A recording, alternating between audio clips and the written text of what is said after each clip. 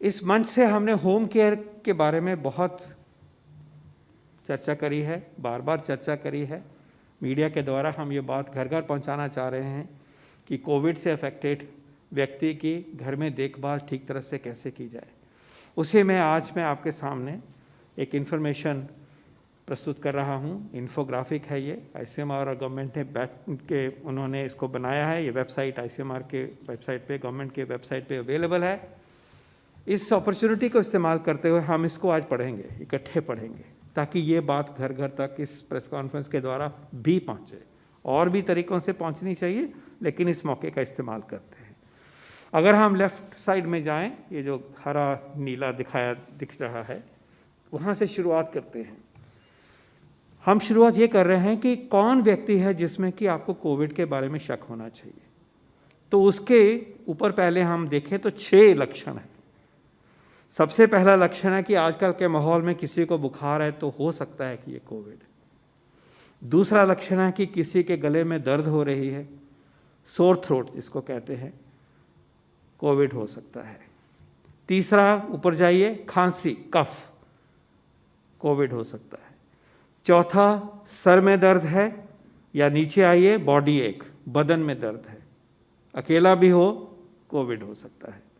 और उसके बाद सांस लेने में दिक्कत हो, साइड में देखेंगे, ब्रेथलेसनेस, ब्रीदिंग डिफिकल्टी, तो ये कोविड हो सकता है।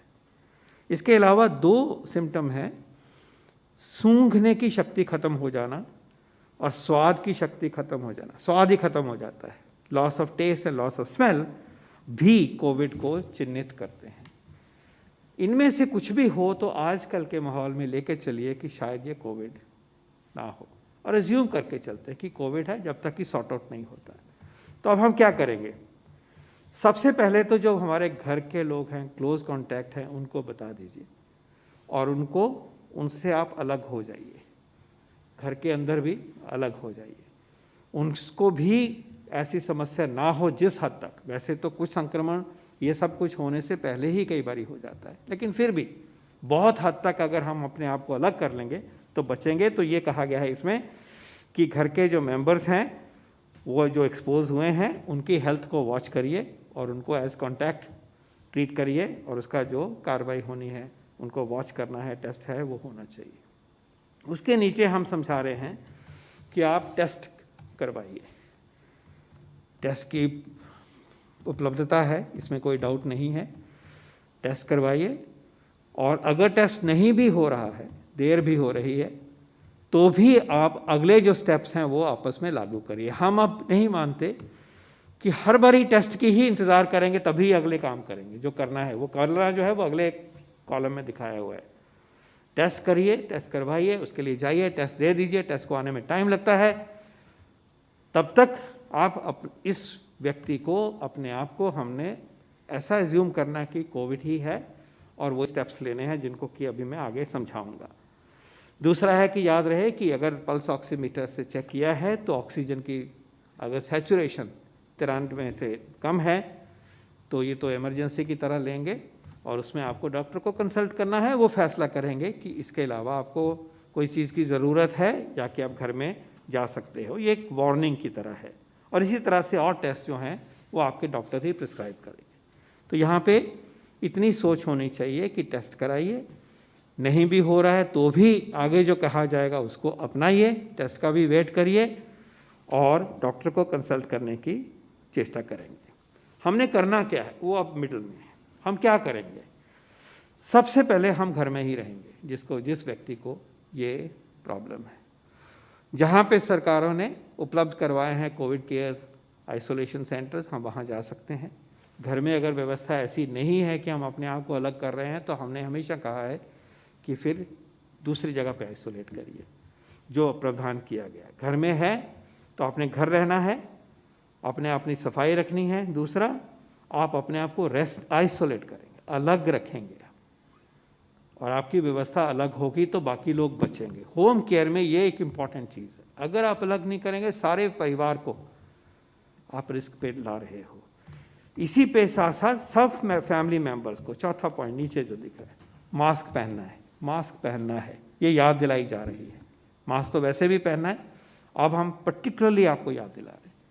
और इसमें आगे जो हमारी गाइडलाइंस हैं वो ये कहती हैं कि जो व्यक्ति अफेक्टेड है वो सर्जिकल मास्क, जो ये वाला मास्क होता है, ट्रिपल लेयर मास्क, इसको पहने प्रेफरेबली, क्योंकि उसको पास वायरस है, और हो सके तो N95 पहने, जो मैंने ऊपर से पहना हुआ है।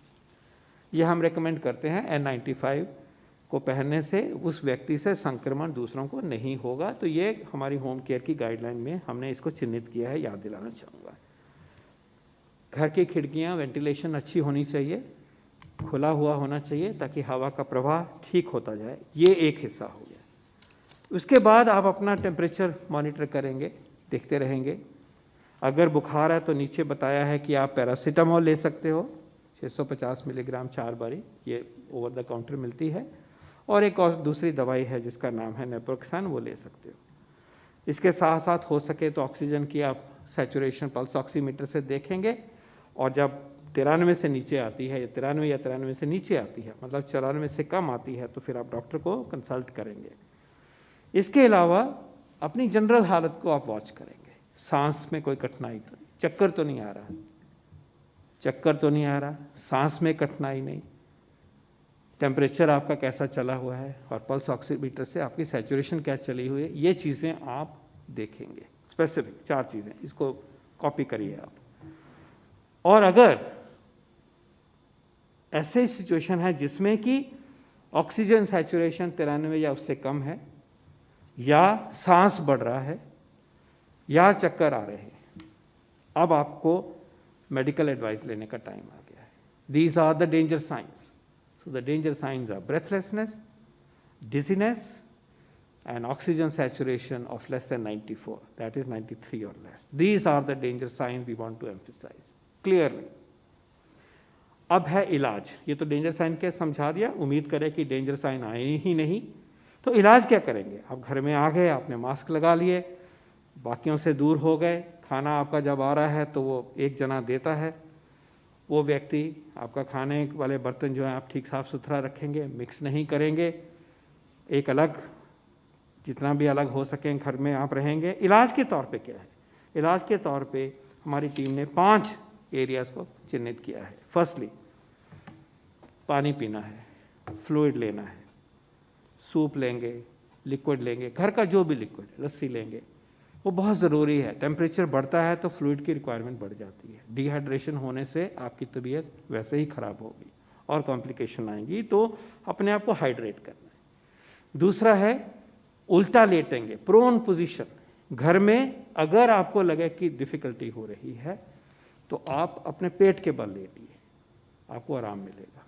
इसका वेट ही ज़रूरी नहीं करना कि जब सैचुरेशन गिरेगी 94 से नीचे तभी ये करना, उससे पहले भी अगर आपको कंफर्ट मिलता है, पेट के बल लेटेंगे, कोई नुकसान नहीं है। पेट के बल आप सो सकते हो, कंफर्ट लगे तो अपनाइए। और डेफिनेटली जब ऑक्सीजन सैचुरेशन कम होता है, बीच बीच में कभी लगे, तब तो इसको हमने अपनाना ही है। तो प्रोन पोजीशन है, जिसको कि हमने उस पिक्चर से दिखाया है।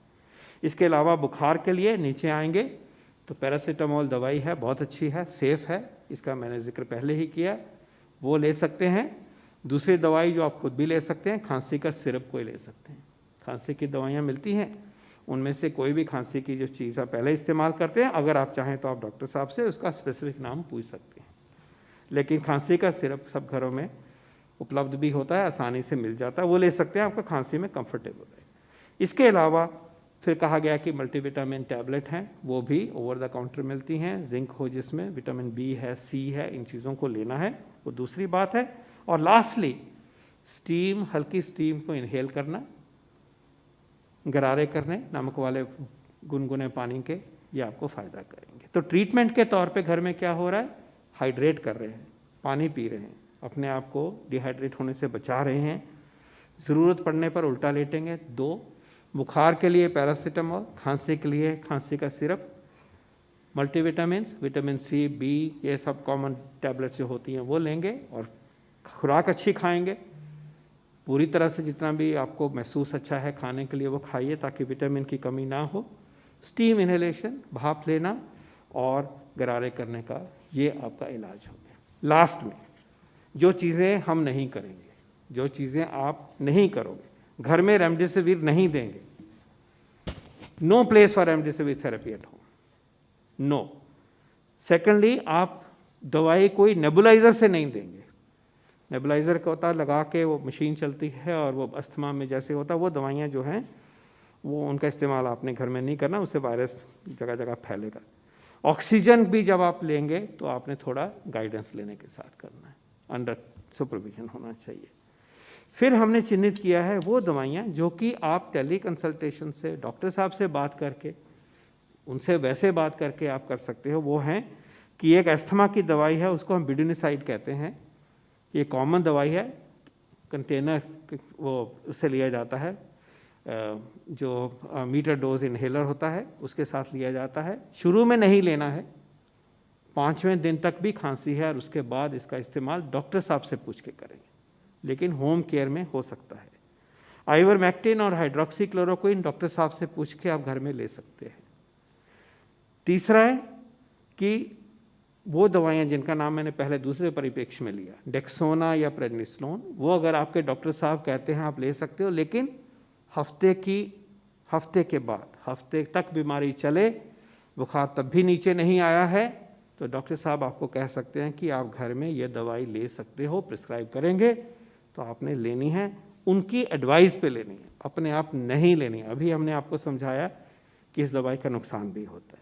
और लास्टली इसी तरह से डॉक्टर साहब कहेंगे तो आप एंटीबायोटिक, डॉक्सीसाइक्लिन है या एजिथ्रोमाइसिन है या कोई और है, वो कहेंगे तो एडवाइस के साथ घर में वो 5 चीज़ों के अलावा ये जो बिडुनिसाइड है, आइवरमेक्टिन, हाइड्रोक्सीक्लोरोक्विन है, डेक्सोना या मिथाइल प्रेडनिसोलोन है या एंटीबायोटिक है, ये आप डॉक्टर की सलाह से लेंगे। तो इन चीज़ों को आज आपके सामने प्रस्तुत किया है।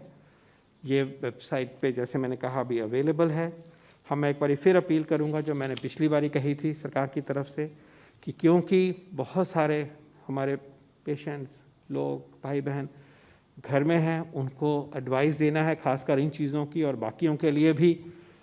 तो चाहूँगा कि ऐसी हेल्पलाइंस हों।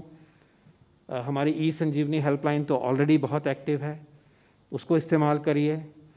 हर स्टेट की कोई ना कोई हेल्पलाइंस हैं, उसको इस्तेमाल करिए, इसी एडवाइस को। इसके अलावा और भी जो आपके सवाल हैं, और इसी तरह से मैं फिर रिक्वेस्ट करूंगा कि जो हमारी डॉक्टर कम्युनिटी है, मेडिकल एसोसिएशंस हैं, वो भी मिलके ऐसे 24/7 हेल्पलाइन, टेली कंसल्टेशन कह लीजिए, टेली काउंसलिंग कह लीजिएगा, टेली सपोर्ट कह लीजिएगा, वो प्रदान करें और वो 1-to-1 मदद करें।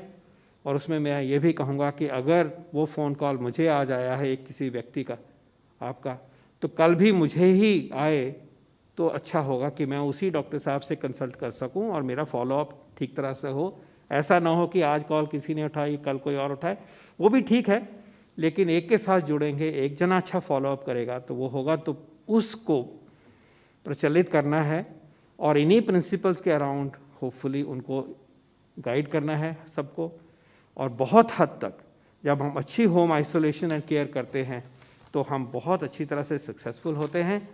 कोविड का इलाज ठीक होता है, कोविड से जो दुख मिला वो जल्दी ठीक होता है, और rational use of hospital facilities होता है, टाइमली यूज़ ऑफ फैसिलिटी होता है। So home isolation and care supported by healthcare teams is a very, very important part of our response to this pandemic.